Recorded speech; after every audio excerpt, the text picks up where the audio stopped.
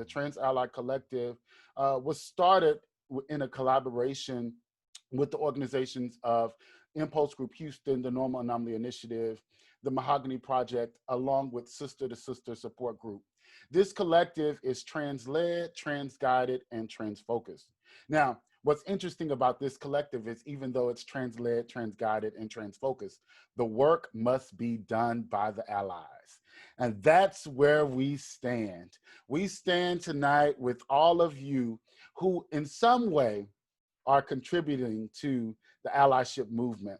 This is going to be much of a kitchen table talk. This is not going to be your standard allyship training. This is not going to come with the context of you understanding everything that you're getting into, because we have people here to lead you into that wonderful realization. I am not going to be your host. I am Ian L. Haddock. I am the executive director of the Normal Anomaly Initiative, and I also serve as the president of Impulse Group Houston. But tonight, I come to you as an ally. I'm an ally of the transgender community that is also inclusive of gender nonconforming and gender non-binary people. And so tonight we are going to be led into an intense and wonderful conversation with the magnificent Verniss McFarland, pronouns Verniss, and also my Gma, the incredible, incomparable Atlantis Narcisse, or some may call her Atlantis Capri. So thank you so much for this introduction. Like Ian said, my name is Verniss McFarland. I'm the founder and executive director of the Mahogany Project. And one thing I would like to also point out is Atlantis is also my mom. And so I'm very honored to be in this moment and doing this training with her. And so, yeah, so we're going to do it. I'm going to go ahead and switch over to the slides. I'm going to let her introduce herself as well. So you would let me be last because y'all know I'm gonna cut up. First of all, if you've ever been in my space, I'm all about the energy and about us creating spaces to have open conversations without judgment or leaving the table angry. I'm about that common ground at the end of the conversation. So I invite you to sit yourselves on in here, relax, kick back, and sit at this table, because what we do at this kitchen table is we feed each other and we learn from each other. And one thing about learning from each other is that this allyship is not a one-way street. So I can't wait to chat with y'all. Awesome. So this is a training that I actually created last year when I absolutely had nothing else to do. So this is a little piece of my work, and it was edited by me and my mom. And so it's called the National Epidemic: Violence Against Violence Against Black People of Trans Experience. So I like this. Like, I'm gonna take a minute, Brian, because I want y'all to go deeper, because we always sit here and look at pictures and we don't realize the message in pictures, especially when it comes to how we advocate. When I look at this picture, though I see these two powerful women standing up front, I also see them standing there alone. I don't see their allies behind them. I don't see them standing with them. What I also don't see is the trans man narrative. I don't see the non-binary. Well, I'm saying that allyship is inclusive of everything that's across that spectrum. And we definitely have to create that space of erasing this idea of peers that only Black trans women could do this, or only trans men could do this. This is a we generation, not a me generation. And we need to start flipping it back into that. So look at these pictures and realize, as you see advocates throughout, as you look through pictures from now on, when you see trans people, look at the surroundings. Look at and see what you don't see. That's not what, look what you don't see, and that's what we're here to help you figure out what you're not seeing and help you get there. Most definitely. Sorry, wrong button. So understanding the trans spectrum, right? So oftentimes when we talk about the trans spectrum, we only talk about individuals who live within the binary. And so that binary is mostly considered transgender individuals, which is trans men or trans women, or the more preferred term, men of trans experience, women of trans experience, using people first language. And so Sorry, let me move this up. Transgender is a term used to describe people who gender identifies different from basically sex that they were assigned at birth. That means the person who was assigned male at birth and now identify as female, that person could possibly identify as transgender. Non-binary, individual are people who do not identify exclusively as men or women, may not identify with either. They may also use gender queer, gender fluid to describe their gender identity. So oftentimes when we have conversation, non-binary people are the group that's usually left out of that topic because people aren't quite sure how to fit those individuals in the narrative. And as you can see now, if you're a big fan of like shows like Queer Eye, we have a lot more individuals coming out as non-binary. And so usually people try to associate a look with how a person identifies. And so that's one of the things that we have to understand with the different terms is there is not a specific look for each one of these terms. Gender nonconforming are gender expressions which include outward presentation and behavior. Any person, regardless of their gender identity, can be gender nonconforming. So gender nonconforming has a lot to do with the way an individual outwardly present. For example, I identify as trans nonconforming. Why? Well, I was born at birth male. I do not identify with the male side of me. I prefer the term transgender because I identify as woman. And so I also use non-gender because I'm not a person, gender non-conforming because I'm not a person who outwardly present trans. I'm not a person who outwardly present woman, okay? Gender expansive is a term that convey a wide, more flexible range of identities for expressions beyond culturally defined behaviors and or expressions associated with one's gender, including but not limited to the terms listed. So gender expansive could be asexual people. It could be intersex people. It can even be pansexual people, because these people are gender expansive. It doesn't say necessarily that there's a look that goes with it. It's more so how I feel. And so pansexual, while it also can be a sexual orientation, a person can feel, therefore I'm pansexual because I'm multiply attracted to multiple groups of people. This is my feeling. Okay. Now, you got anything you want to add? I just think you dumped a lot on them. I think you dumped a lot on them. And I want to give them a moment to like stir this coffee for a minute. What you were saying, like it's a lot of this. I think that we have to understand the value of mainstream, okay, and how mainstream has created how we identify and see everything trans. They have made it mockery. They have made it victimization. They have made it everything but what it actually could be. So there's a thing of what may be how the community defines trans and how we define trans as an individuals. And I think that's where we have to understand that there's a different spectrum of language in that definition for individuality that people don't really get all the time. As we think binary, it has to be male presenting or female presenting. But what happens when you get a trans individual like Vern? How do you address them? And I think that's where we start getting on that spectrum where everybody starts digging at the stereotypes and adding the stigma, and it keeps going and going in there. So it's better to understand that there is no one way to look trans or be trans. If you leave it that simple way and allow this person, if you're not sure, ask them to define themselves or explain whatever, let them create their narratives instead of having narratives as they have been done in the past, taken from us and created for us. And also understand that trans can be used as an umbrella term to describe multiple groups of people. It can also be used to describe people who are transgender or people who live on the spectrum of transness. And so then when we talk about there's no one look for a trans person, right? So going back to a few months ago, there was this, may have been last year, with Black people, a few months is any time from, from here to 2015, okay? But there was a conversation with an entertainer by the name Flame Monroe, and her pronouns, and the pronouns that they used was he, she, we. Okay, because he is the way that they live, she does the work, and from their definition, we spend the money, right?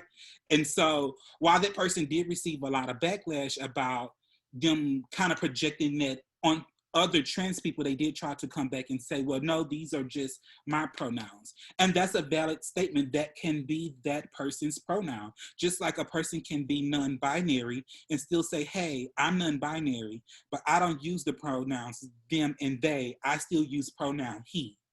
Or that person can use multiple pronouns of he, she, them. Yeah, I think the whole flame thing, for a lot of people, confused them, and they feel like it was playing into what the normal was. But the normal is that the spectrum, once again, I'm gonna use this word spectrum because I want y'all to understand there's not one way to be this when you're dealing in different spaces, okay? The spectrum of representation. Flame was merely a representation of self, but we put the weight that on every trans person when they get in front of a camera, anything they do, we amplify and say, oh, it's the whole trans community, and this and that, whatever. I am, and Vern is, a representation of the trans community here in Houston. We are not the representation. So how somebody represents themselves, we actively need to let them represent themselves and not put the weight on it for our whole community. It's hard for us to see that because we're in a society where we say all Black folks, all politicians, all police officers can do this. But in this space right here for trans, we're doing we're presenting our authentic individual self, okay? So my narrative may not be equivalent to Flames or to Vern's, but it is still a narrative that needs to be heard and respected and not push upon me to be like Vern or Vern to be like myself. So I think that's one of those disclaimers that people don't understand about how certain trans people identify, and they view some of the language hurtful. Even some trans people feel the language is hurtful. But I ask everyone and encourage everyone to dissect the spectrum of representation. Are they being a representation for the community? Are they being a representation for the self? And then it will easily help you dissect where they're coming from. Next slide.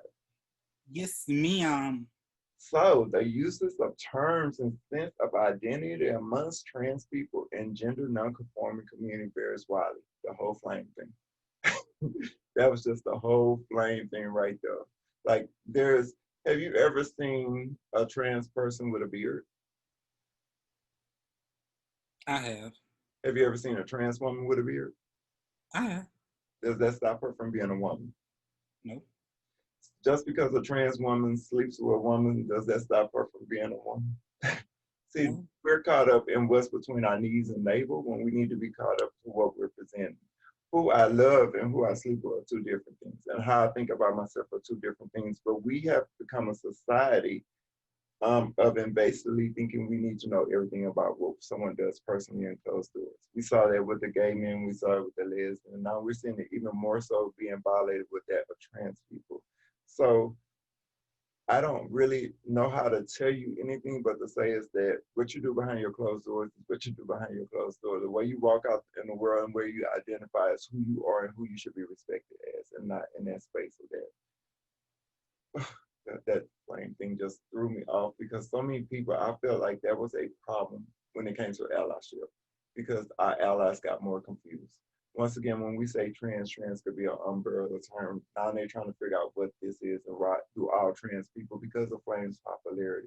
We could come back and have these conversations and ask a trans person. My two P's for how to be the best ally for a trans person is be personal and be present.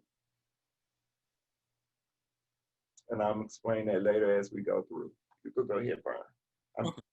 I just want to reiterate that no person should have their gender identity defined for them or shared regardless of the circumstances without their permission or consent. Okay, that's just bottom line, period. Oh, can we hit on that? Go ahead. If I walk in the room with you and you tell somebody, oh yeah, she's trans, you're out of me. That's not fair. I think that it's sad enough that a society that trans people are walking in and the medical term is being their introduction when they walk in. When I don't hear them say, there go bipolar Betty, suicide Sue, or anything like that. I think we need to give them back their respect of individuality. So A lot of times our friends think that they're preparing the space for us or preparing people for our entry into this conversation or into this room by outing us as trans. Even being on social medias or being in front of cameras. When a trans person comes in front of a camera and you haven't asked her about being in front of the camera, you are probably putting her in danger. Remember, we live in Houston, Texas, where there is nothing protecting trans people. So if you can't protect me behind the camera, why would you want to put me in front of the camera where I still have to walk through a community that's full of stigma? And the stigma is real wrong here. We're not going to act like that. So please be mindful when you introduce, just say a name. I mean, we're not saying there go Kevin, he wears size 12 shoe or something like that. We have to really be honest, there go Kevin, and extend that same respect to trans people and anyone under that umbrella. Ooh. You can have that. So, awesome. This is actually one of my favorites right here because I like to discuss pronouns. So pronouns. So, for example, a person that's in the binary may use pronouns like she or he. For example, she is an activist. I'm happy for him. Where a person who may be non-binary or gender non-conforming may use terms like they or ze or zer. Yeah. Or if you're somebody like me, because I show up in the world as Verniss, then you would just simply use the pronoun which was given to you at birth, which is your name, and so then I use Verniss. Or you'll use the name that you decided to take on in life. And so those become your pronouns as well. And I always tell people my pronouns are Verniss. Well, now I should say most recently, now I've been telling people because that was a struggle for me, really finding that space and finding that voice to have a discussion with people around my pronouns. I had let it go for so long. It was kind of hard to correct that behavior on my end as well with other people who know me. And so sometimes people occasionally slip and you're just like, hey, you know, or some people catch themselves right then and there. But I use the pronoun Verniss. And so it would be simple. Verniss is an activist. I am happy for Verniss. That is Verniss' book. That book is for Verniss. That person likes Verniss. And so it's really not that hard to substitute a pronoun of someone's name for she, he, them, zer, z. It is not hard at all.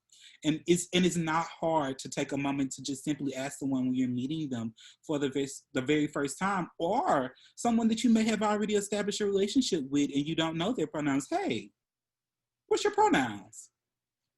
So let me explain the importance of that, especially in this age of Zoom. You know, we are a visionary. So I always am looking to see who has their pronouns because we need to understand the importance of pronouns and that sometimes trauma is attached with pronouns for some trans people. So the thing is we are not afforded backstories when we walk in rooms with people. Can we all agree with that? Like you don't know what I ate for breakfast. You don't know what I'm going through. So when we're in spaces like this, and if by chance you could not see my face and my voice sound really deep and you address me as he, that could be traumatizing. So I encourage y'all when we go in these spaces to encourage our society to evolve with what is out here in our space, and that is the use of pronouns in the work. It is very important to have pronouns because a heterosexual man gets offended when someone calls him she. I think the same thing happens with a trans person. So if that respect is due and respected for heterosexuals, it should be respected across the board for all people. We do not know what people are carrying when it comes to trauma. And our job and anything that I have done is to do no harm while helping. So I am very adamant about thinking about the importance of pronoun. I want you to think how it felt when someone constantly has said your name or said something that wasn't something about you. So that's the same thing when it comes to pronoun. There is value in pronouns, especially in our generation, in the evolution of generation where we are in society, and there is true trauma behind that. You're dealing with a population of people that have the highest number of suicide attempts and suicide rates and attempts, okay? So we need to understand where is that coming from. It doesn't just start when I just walk in the room. It's also how you address me while I'm in the room. All right. Y'all quiet. Y'all okay with this kitchen? Give him some life. They giving so much life in the Oh, I ain't looking at that. yeah. So we got this. Y'all preaching. So keep preaching. All right, let's go then. Come on. No, I think that's, you know, very valid point. And I think you know, going into like the topic of like we're going back to like dead naming individuals, right? That's a really, really, really big thing. I remember the first time when I heard someone dead name Atlantis, like I was pissed off. Honestly, I did not know the name that she was assigned at birth, nor did I really care to know the name that she was assigned at birth, because it wasn't none of my business. And that person no longer exists. Dead naming is it's detrimental to people's health. It's detrimental to people's life. It's detrimental to people's life experience and how far they have come. And so it's very important to ask and inquire. You know what I'm saying? Don't assume. If you're meeting somebody for the first time, ask their pronouns. If you're unsure of the way to pronounce people's name, ask. Like Alana said earlier, imagine how you feel when someone mess your name up. People mess my name up all the time. I've been called so many different things, okay? And it bothers me. It bothers me. For some people, their name is all that they have. Mm-hmm. That's literally it. So it's very important that we cherish that we honor that, and we respect that. I would say if you went to school to be a lawyer or to be a doctor, you want somebody to respect your degree, right? Because you did the work. We did the work to be who we are. So you should respect that when I tell you my name is Atlantis. I've done the work. You don't get to question if my work is valuable to you. I've done the work. And I think that that's the way of looking at it. If you earned it, first of all, any trans person that comes out into the world and present themselves, it is an honor that we are bestowed to see as a society, okay? So walking through that, we don't get to destroy their society. We don't get to dead name them. We don't get to pitch our agenda on them. Dead naming people is kind of like a form of violence. Think of it that way. You really are, especially if you do it in a space where it's not safe and somebody didn't know. Huh? And I can even say, think of it as a form of violence. It is a form of no, yeah. I was trying to get them now. I was gonna get them back later. On a trans person, and that's not okay. It's not fair. All right, let's go because these pronouns we got to go. Let's go to the difficult conversation. Ooh, yeah. How y'all feel about that? For me, so let's talk about violence against trans people. Okay.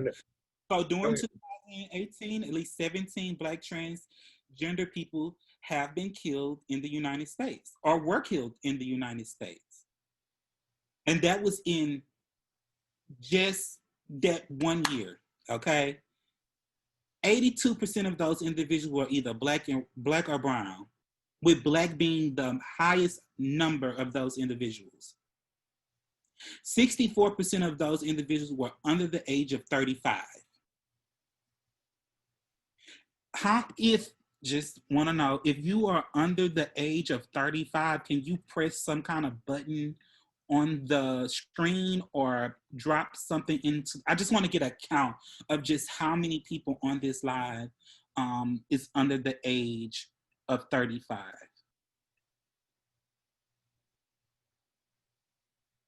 I'm under the age of 35. I actually just turned 32 a couple weeks ago.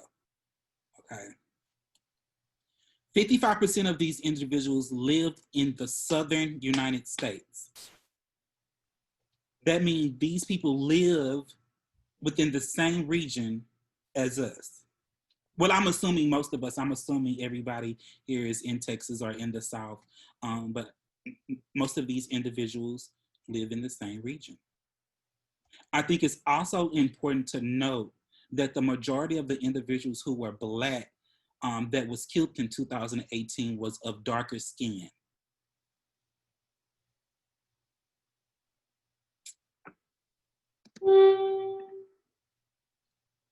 So 2019, 22 Black people of trans experience Black trans experience were killed as a result of anti-trans violence. 92% of them are Black women or were Black women.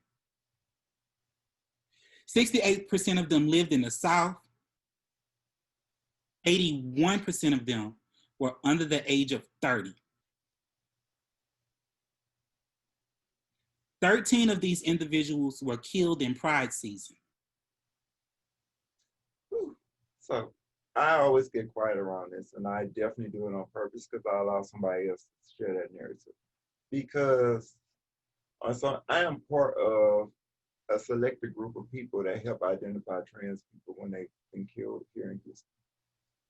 And no one understands how it is to sit there and look at someone that's a part of you, because regardless of her, may or may not knowing her, she is still a part of my narrative, okay? And to be able to sit there and carry that residue that we now have to identify our own dead, because nobody else paid attention to us to realize it. Our life wasn't valued while we were walking on top. It became newsworthy when we got below. That's a narrative we need to change.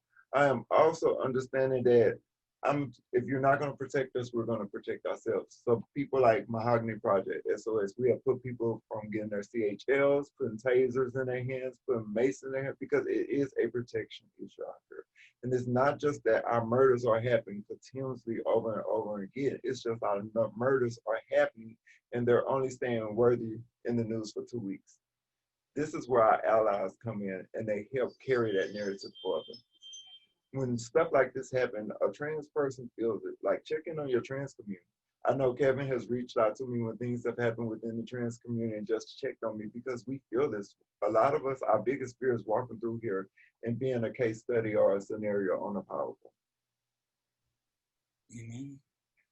I mean, and think about it. This is when we spoke about that age 35 and under, every few years, that age bracket moves. Y'all do know that, right? And it's getting younger and younger. So what happens when it comes on another form is that our target audience for when it comes to grant is on that age bracket that they're focused on that's being killed. What about the people before that? So it affects us in so many ways that we have to pay attention to this, and that all ages matter. But look at the sad part, look at that. It's getting younger and younger and younger. That age bracket is moving. That is a sign that we are not where we need to be as a community, and our allyship is not there. Once, like I said, it's a two-way street. Strategically, you might know a way of planning to get the narrative up to a better person that works with audience, and I could come and help teach you my narrative, because you could go in that room and tell that narrative. That's what I mean when I say be present. You have to be present to hear that, so you can hear my personal stories about how this goes. Let's be honest, a lot of times we're not invited in the rooms. And when we're invited in the rooms, it's for tokenism. And that's the same thing I think happens when it comes to our death. We become tokens of newsworthy things. And then they deplete a narrative that isn't a narrative. Not understanding how damaging it is to the trans people that's still dealing with this. Right. It's also important to note that 2019 marked 50 years of Stonewall. Okay? And World Pride was in New York City to pay homage to Stonewall. Okay. Here. There was a Black woman of trans experience who went into the Stonewall Inn. Kind of like, I'm not sure if you guys ever saw the video of Silva Rivera when she's at Pride and she's going off on all the people, telling them how she's lived in the slums and in the ghettos and have been beat and drugged.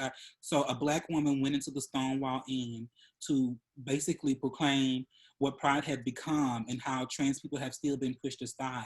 And she was booed off of the stage and tossed out of the Stonewall Inn.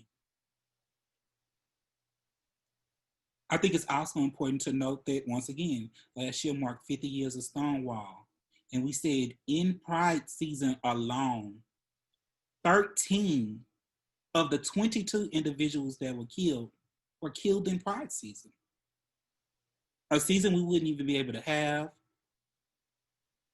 whole parades in and club and party and all these things that we do now, had it not been for Black trans folk or folk of Latinx experience or are butch lesbians, because we also have to understand that Stormy is always removed from the story of Stonewall, standing up to proclaim and to take space for trans folk, or queer folk, or LGBT folk as a whole. So I think this is a shining example of how often we push trans folk aside. We let 13 trans people die in Pride season. And that they also end up looking like the most violent attacks. This year, we've seen the most murders once again in Pride season, which were also some of the most violent attacks. They found a suitcase this year of a young Black woman of trans experience who was dismembered and tossed in a river in a suitcase. Or the trans women in Mexico that were heads were beheaded instead on the steps of City Hall. So this is like, and then just the fact right now in 2020, we have already passed that number for last year. And the year is not over. Last course of so many years. And I think it's also important to know, when we talk about the South, when we talk about 68% of these people living in the South, right? And what was it on the other side? I can't figure how to go back. But in 2019, the Dallas Morning Times named Texas the trans murder capital, which means we have more trans folk die in our state than any other state in the whole United States, including Puerto Rico.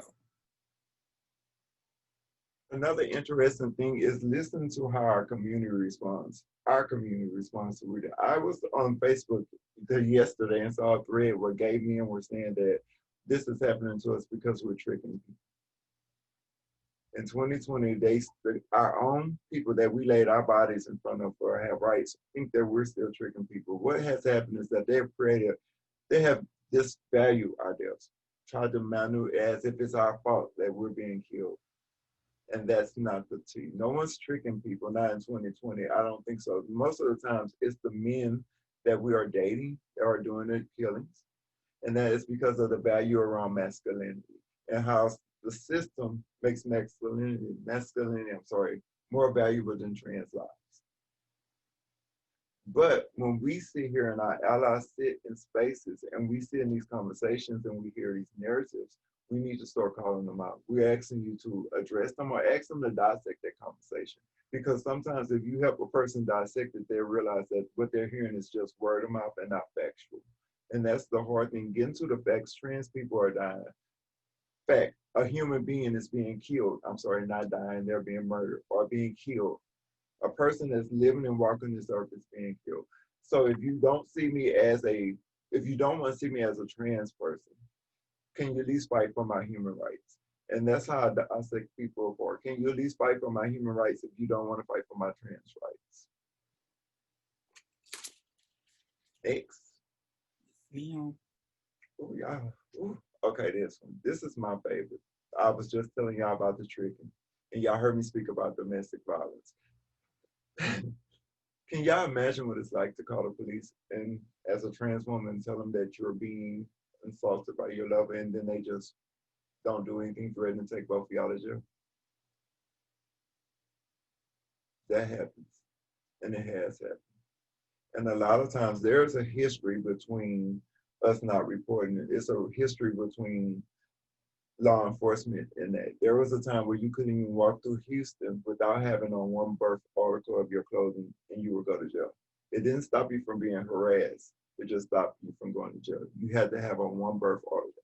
Imagine if my birth article was my underwear, it's me having to pull up my dress to show that. Walking while being trans. Just because they see us walking down the street, they assume we're prostitutes.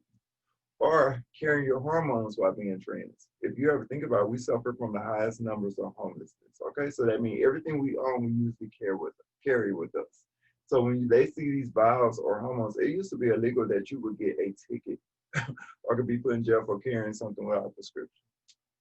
Where can I keep my prescription at if I'm homeless? But carry my bottle and throw the box away. So it's a lot of things on why we don't report. And then when we have report, think about it, even some of our institutes or organizations still was putting us under MSMs. So that statistical information wasn't getting out there either. So when you go to places and you hear these things going on, or if you, I challenge y'all to look at a doctor's form or look at any form that you fill out for your personal information and see where it could possibly be more trans inclusive. Because if I go in that office and that's a police report and it's not trans inclusive, how do you collect my narrative?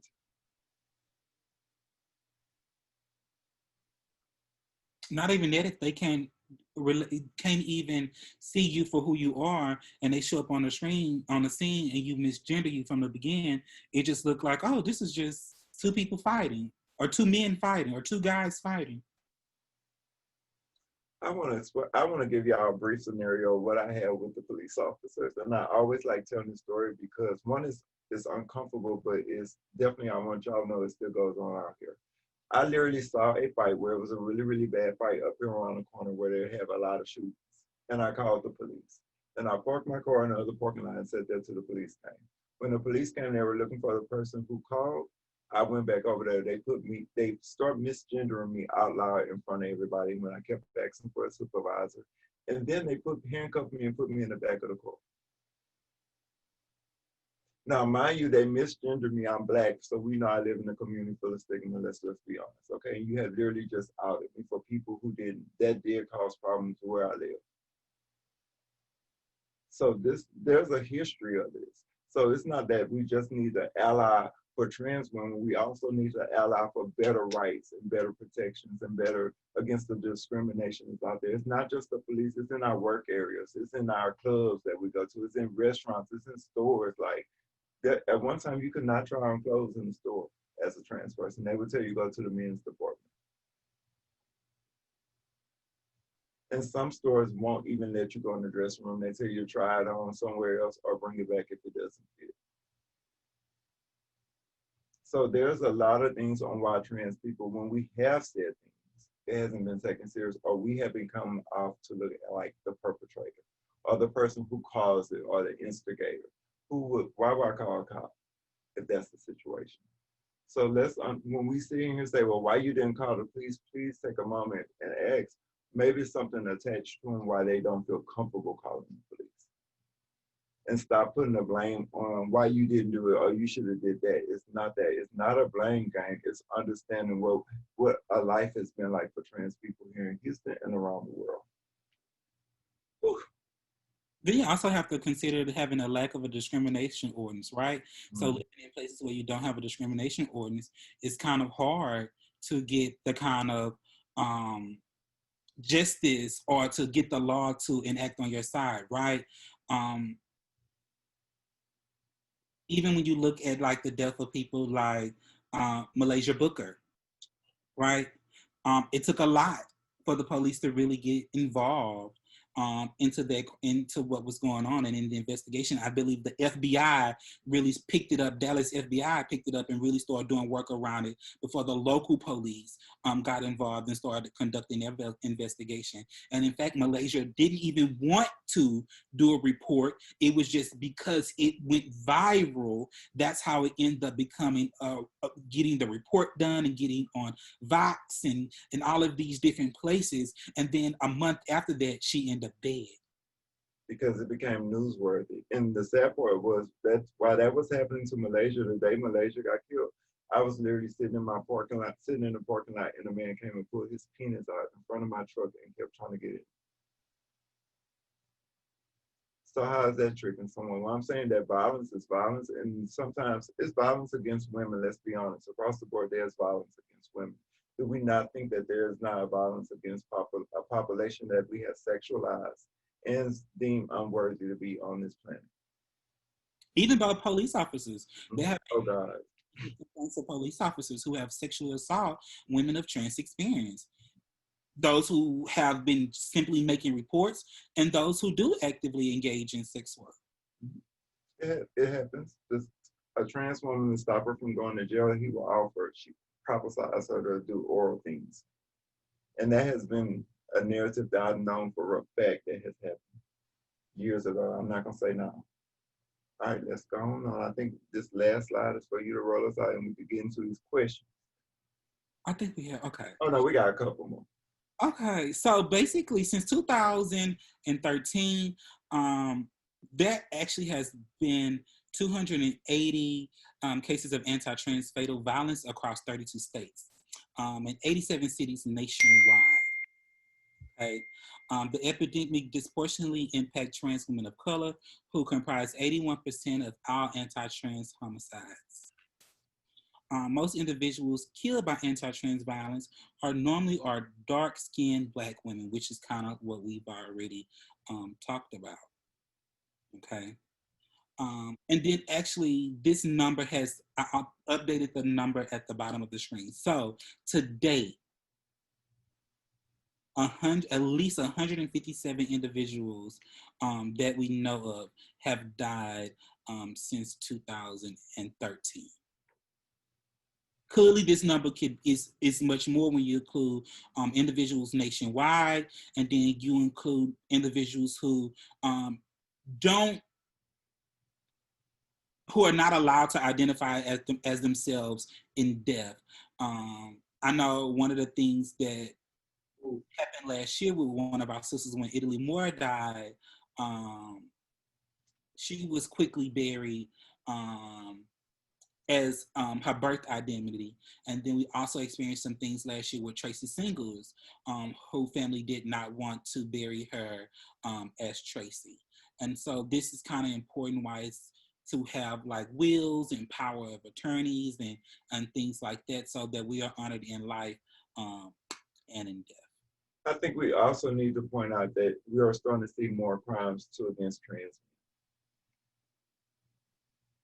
We have seen our trans. What was sad to me is that when the trans man was killed in Florida, nobody said anything.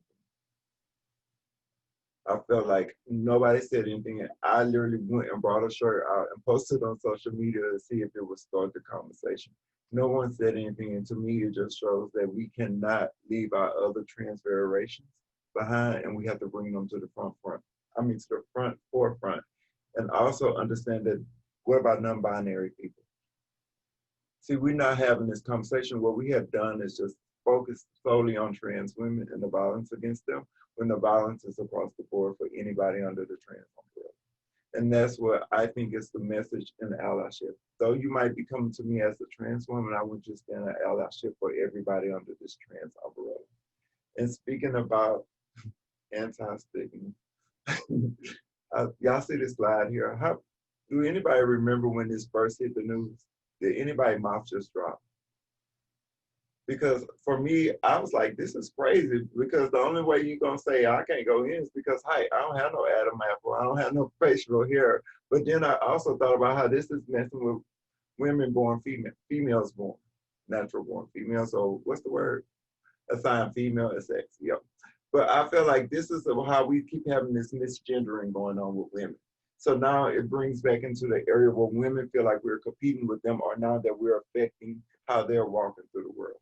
This isn't, this here is actually from the government. This is what the government is saying in reference to. They had to put something out to how to identify us as shelters. Do y'all know that during storms like Harvey, Hurricane, trans people were assaulted in some of those shelters? Nobody spoke about that. Did y'all realize that half of them, when they got there, they were forced to go into the men's area or given men's clothes? Nobody thought about what happens to us in disasters, but yet we have a government saying in shelters, when we already suffer higher numbers of homelessness, that this is how you identify us to turn us down. So where does that say protective? And even, like I said, once again, even if you don't see me as a trans woman, do you not see me as a human?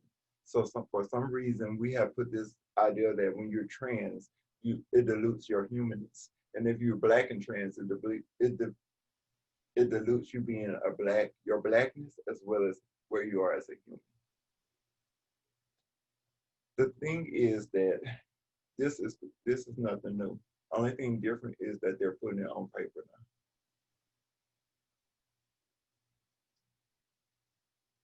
Want to go to the next slide, or you? I'm finished with this one. I don't like Trump. Excuse me, out loud if I could hear this. So one of the things that we talked about is how the age number for trans individuals continue to get lower through life expectancy. And so one thing I would like to discuss is like how that number is actually calculated, right? So that number is basically calculated annually by the number of individuals who are actually murdered due to anti-trans violence that we know of. And so then you add all the ages of those individuals up, you divide it by the number of individuals that we know of, and then that will give you the average age of a person in that particular year who was killed of anti-trans violence, right? And so what we're seeing is in the North, the number is a little higher than what it is in the South. And you can break these numbers up by region. You can go to places like HRC website and different websites. Even Monica Roberts do a good job of collecting the names and the narratives of each of the individuals who passed throughout the years. But if you go and you break these numbers up by region, by state, you can pretty much calculate what the life expectancy is. So the national life expectancy now is the age range of 32 to 35.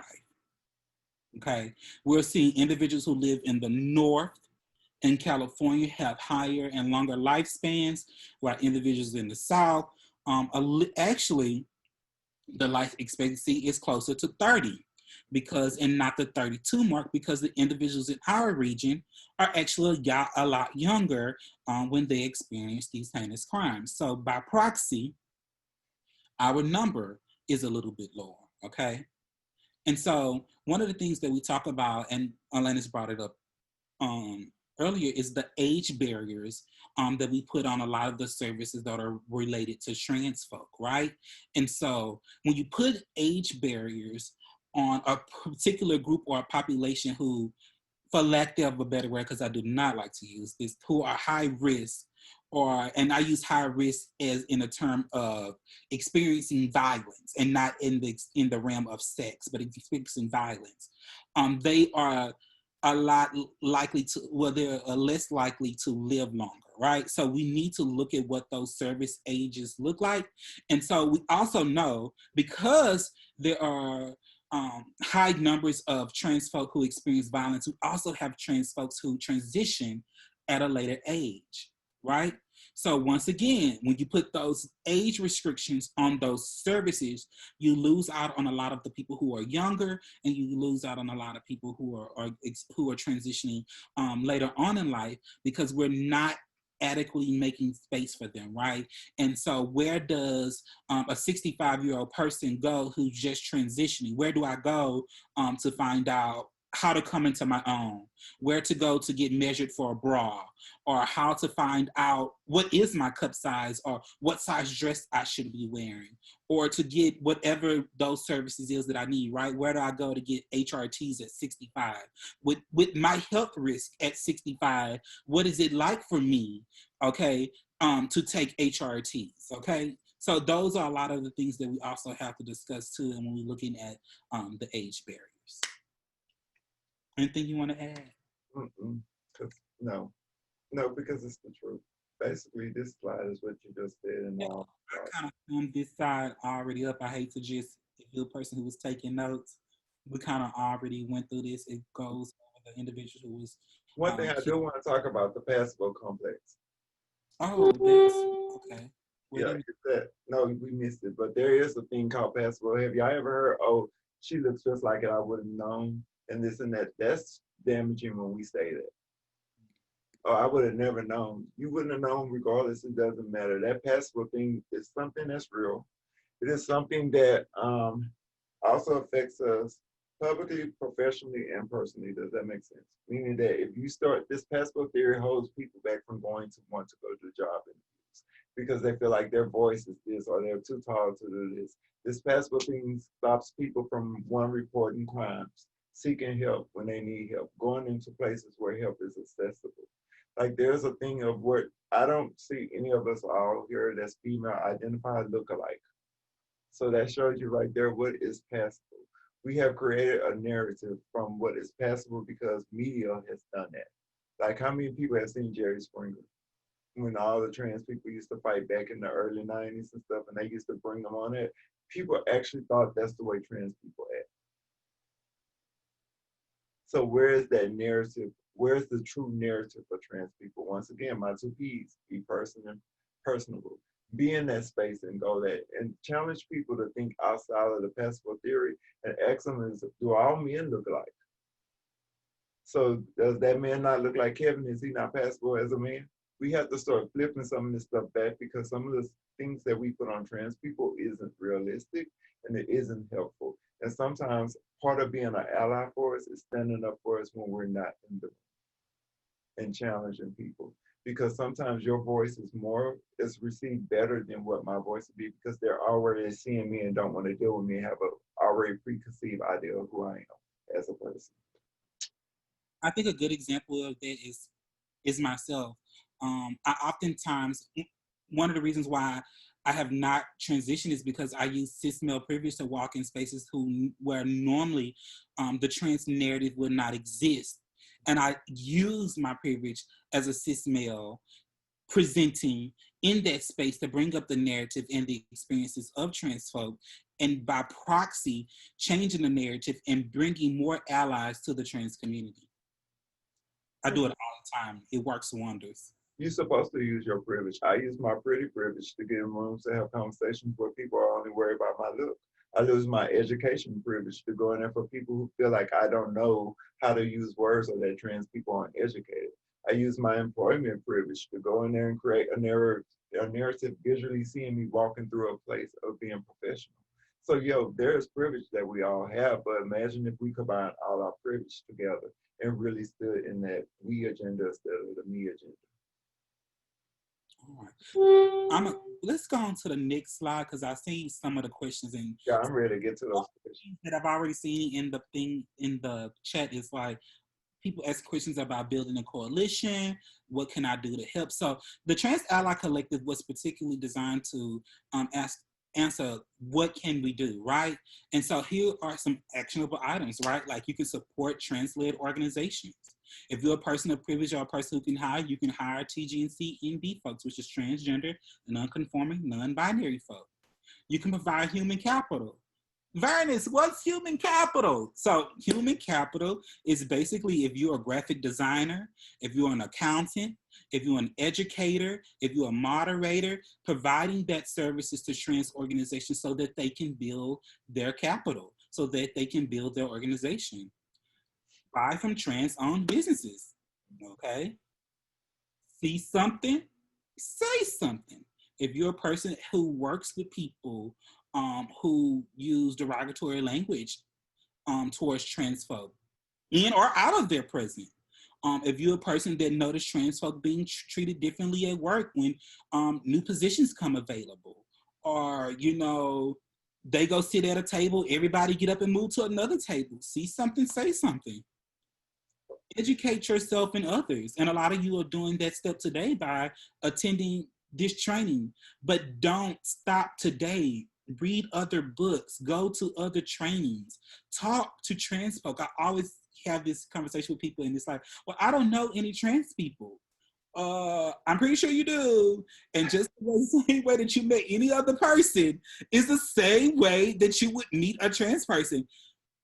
I always wanted to know, Atlantis, ever since MySpace was a thing, okay?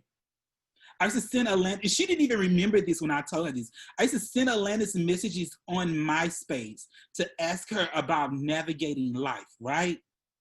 But it's through being an ally, getting in community, meeting her, going up to talk to her, establishing a relationship with her. Just like with any other person, I didn't seek out Atlantis because she was trans. I sought her out because she was Atlantis. The simple thing is get to know somebody. Really, just sit there, get to know. If nobody's sitting at the table, you go sit at the table with. It's the thing is that's support. That's a form of support. Like I said, we are not afforded people's backstories when we walk in. and you don't know what the gesture, you just sitting at the table having a conversation with them, eating them, or treating them like a regular person, which they are. I shouldn't have to say a regular person, but treating them like a regular person could change their day. You never know what that might be. Remember, if you needed my blood, they're not going to question if I'm trans or if I'm black or if I'm 6'3". They just gonna give you my blood. So if my blood could save your life, your actions could save my life. Oh, if you want a kid, then you ain't gonna be like, oh, did he come from a trans person? Yeah, like that part. So we gotta be cautious of disease. I think that was the last slide. So these are some of the references we use to look up this information. I think it's very important to know a lot of this information came from the Human Rights Campaign Foundation. Every year, around like November, they release this report. And it talks about, it literally goes through every trans person that died.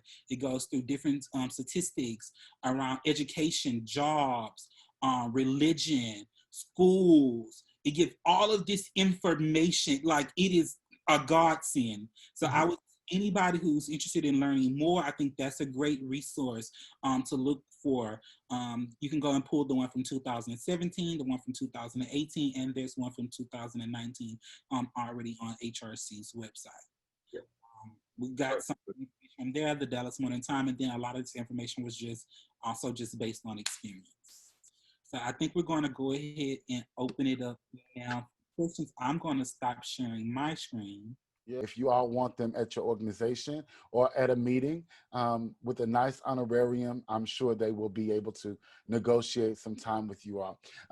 But for the first question, to Atlantis, how would you suggest an ally who has no trans connections but want to start being an ally?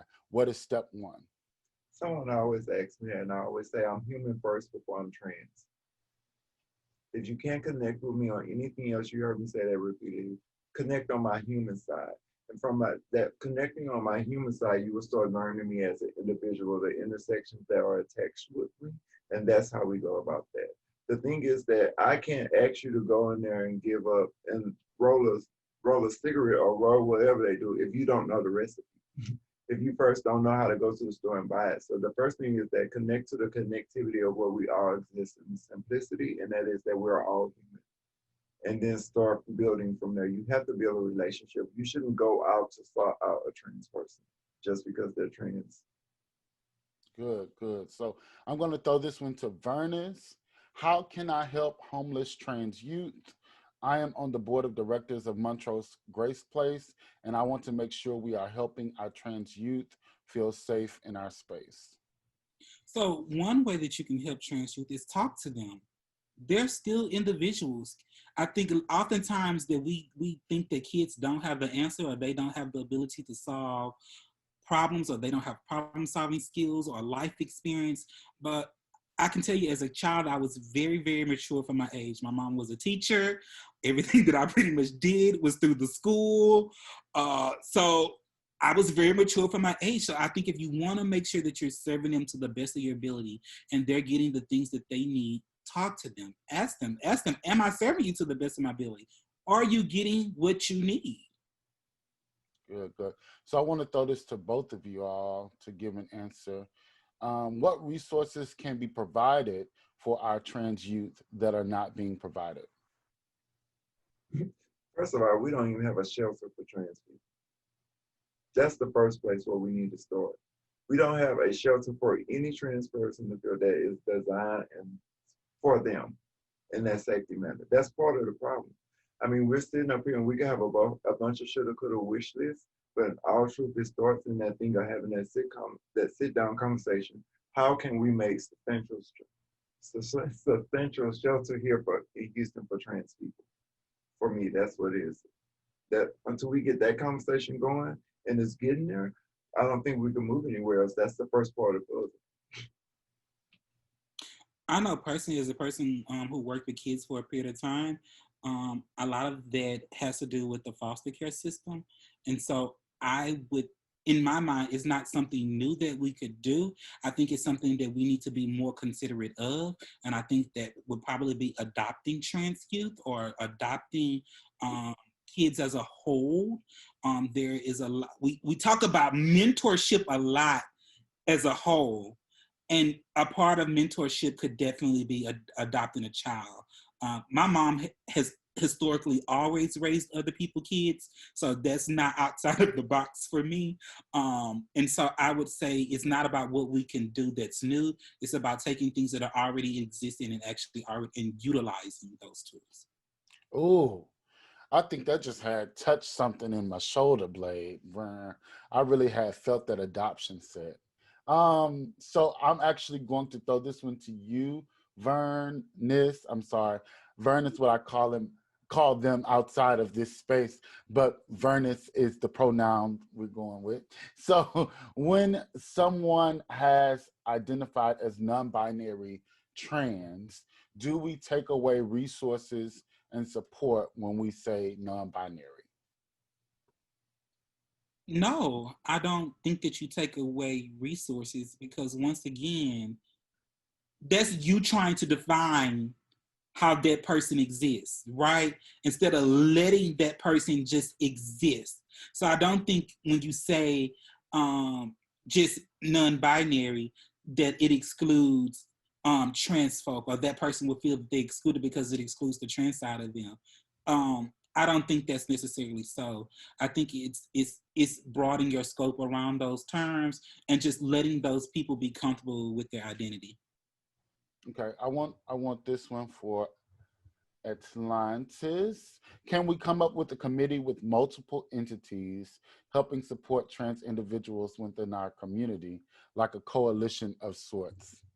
I want to answer this one, but I'm Go ahead, because it is your spot. That's exactly what this is, actually. The Trans Ally Collective is exactly what that is. We are in the very, very, very, very beginning stages of creating what that looks like. You are actually a part of the infrastructure of this great coalition and collective already, just by showing up. The power is in the fact that we are creating a foundation for something like this to go on further and further and further and further and further. So thank you for being a part of the coalition and not knowing it. But y'all can answer this too. Well, I would say, I want to say something, Amber. Everything you said, and realize that there is no blueprint for this. Okay? So that means we're creating a blueprint. So sitting in there, if we could approach it like trying to model something else, that's going to be a problem for us, because that's not the model of who we are. So we developed the blueprint. Like I developed blueprints for my org, and Bern developed blueprints for their org. And Ian, we have to understand sometimes there is no blueprint. And we need to stop walking in rooms thinking that there is some like a cheat sheet to tell us how to do this. We have to do the work. And a lot of this work is sometimes unknowingly us doing the work, but we have to do the work. We don't get to sit in the spot and just write on, check off a box that we were there. Yes.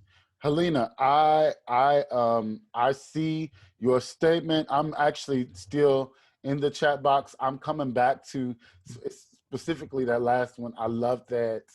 Please let me comment on that. But Verniss, did you have something? Capital. So the person who asked that goes back to that human capital piece.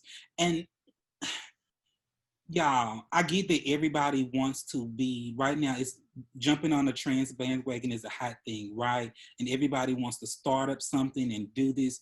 But y'all, it's not a need to really start up new things when there's organizations in the community already doing work that do not have the resources that they need. And so what's the point of starting a new coalition when you have a coalition in existence right now that's saying, hey, we're doing this work, come and join our coalition. So what would be a new point of joining and starting another one? That only divides the work. And so we really need to stop dividing the work and really start to come together on it. And that's why tonight there was about 4 or 5 different conversations that went on around the trans spectrum. And we could have had all of those conversations collectively or simultaneously. So I think we need to stop trying to start new things or develop our own and try to focus on those entities that already exist and those people who are really doing the work.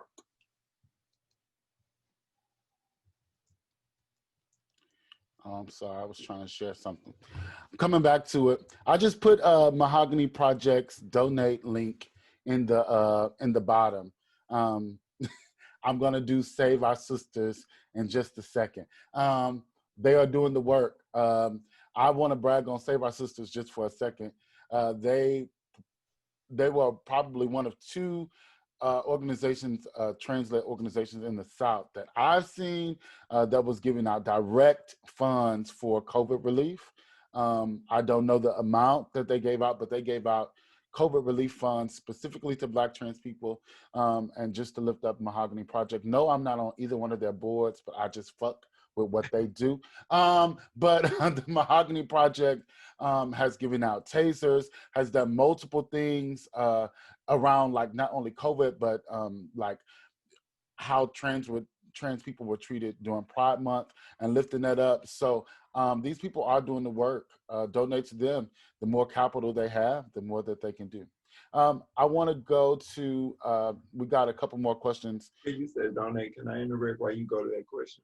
Donate is not just monetary, as Verniss said. It's things, boards. We need legal people. We need people to help us with strategic planning, media, all that type of stuff. So we need to stop looking at supporting donation as if it's monetary or just standing in the spot. Oh, my board application is on my website as well too. So if you want to be a board member, you can download that and submit it. All right. So if someone has changed their pronouns, previously identified as he, now identify as they, but still accepts both, how do I verbalize the importance of using their new pronouns to those who don't see a problem with exclusively referring to them as their previous pronouns? Call them out on it. Accountability. Oh, you know I'm big on accountability. I would definitely say call them out on it. I've done it multiple times, especially if this is somebody that you are a friend to, that you are ally for. Why I wouldn't allow that person to sit in a space and be uncomfortable or be misgendered or made feel other in that space. So I myself too would say I would probably call that person out on it, or have some kind of reintroduction. Hey, this is Jack, and Jack goes by he and them, and if you can't get with that, maybe you shouldn't be hanging out with Jack. Another thing I would do is saying that, do you want to be responsible for somebody hurting themselves? Yeah. I have asked people that. Or do you want to carry a guilt if this person went and killed themselves because you choose to keep misgendering them and calling them different pronouns? Does it happen? And I think sometimes when you bring it to, we keep a lot of things PC, and right now when it comes to trans experiences on PC. And I think we need to understand that what's behind it. Like I said, there are trauma behind pronouns and misgendering people. So this is a good one. I've gotten several recommendations from both of these people. So any book recommendations for further learning? I don't read. I'm too busy preaching. I haven't had time to read. That's because I'm doing the work. If I can't really tell you none off the top of my head. I have quite a few books, but if you message me on Facebook or you message me through like the Mahogany Project Instagram or go to the website and contact me, all of that, I can send you some read material. I actually bought 3 books today, to be quite honest. Okay, and then these are the final. It's 2 questions, but I'm gonna include both of them because I think that they both kind of go in tandem. What can we do to push the conversation further? And then I feel like there's a lot of interest in furthering the conversation as a substitute for just raising cash and buying a house to turn into a shelter. That was written as a question, and I love the question mark at the end because that's where the power is. So what's the responses to that? I want to put all the questions back together. Yeah, it wasn't a question, but I like the question mark at the end, so I'll just put it there. No, I'll say one thing: the conversation needs to continue. Make the space for it. Create the space for it. Make it an agenda item. Make it a thing when you sit in these spaces. Like I think we think a conversation needs to be this big town hall thing. Small conversations have made the biggest impact in some of the things that we're doing. It has never been in a group full of 100 people where I have gotten the things. It's been a room with 5 people. The conversation, to push the conversation, is our responsibility to have it individually with our support, with our social circle. The thing is that we're taking a seed and we're planting it.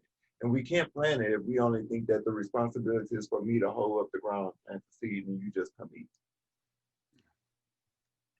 So creating those spaces. And yes, there is more than just collecting funds or capital for a home, but because there's other things that's going in that. How do we develop programs within this home?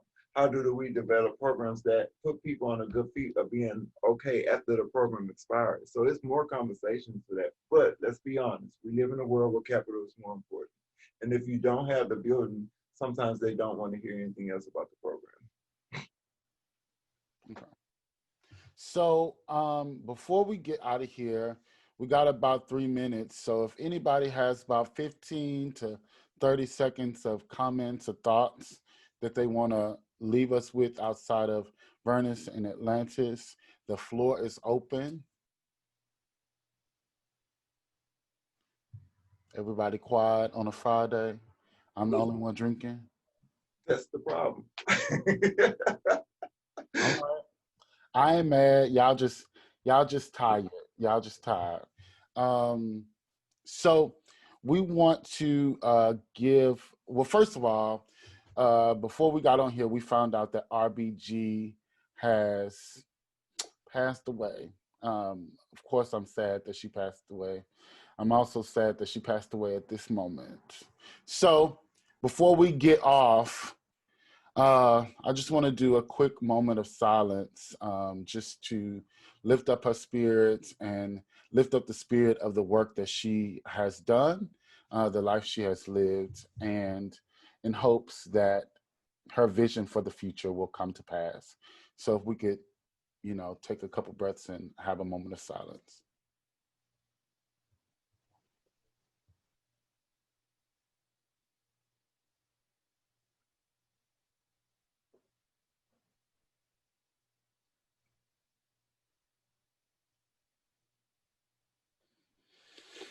Thank you. Thank you. Thank you. So we are a minute out. Verniss, Atlantis, y'all have any closing thoughts? I want to say this, because this is always something real for me. This very moment, we just gave this moment of silence for Argelia, right? Remember where you are right now in this moment. That you are sitting on a call to promote and excite change, to make a difference. That though history may be settling somewhere else, we're still creating history here. I think that's the most valuable thing that we need to realize, that we are making history right here with what we're doing. Because this is a conversation that a lot of places don't allow us to have. And breed is free without making it PC. So that's me. Thank y'all for being here though, also too. Verniss, thank you, Atlantis. Thank y'all for being here. I'm just happy that, you guys decided to show up. I do know that it's a lot going on. And I want to say today, the Mahogany Project released our first digital coloring and activity book called the Mahogany Book. It's actually 100% free. You can go to our website and download it from our store. And I would encourage you to encourage other people to go and download it as well, just in this moment if you need some self-care. And also look at Brian's shirt. Brian, show me your shirt. I'm a shirt, not an RIP shirt. So let's oh wait, you disappeared. There you go. Okay. This is so real to me as I post on Facebook to see my face on the shirt and it's not RIP. Yeah.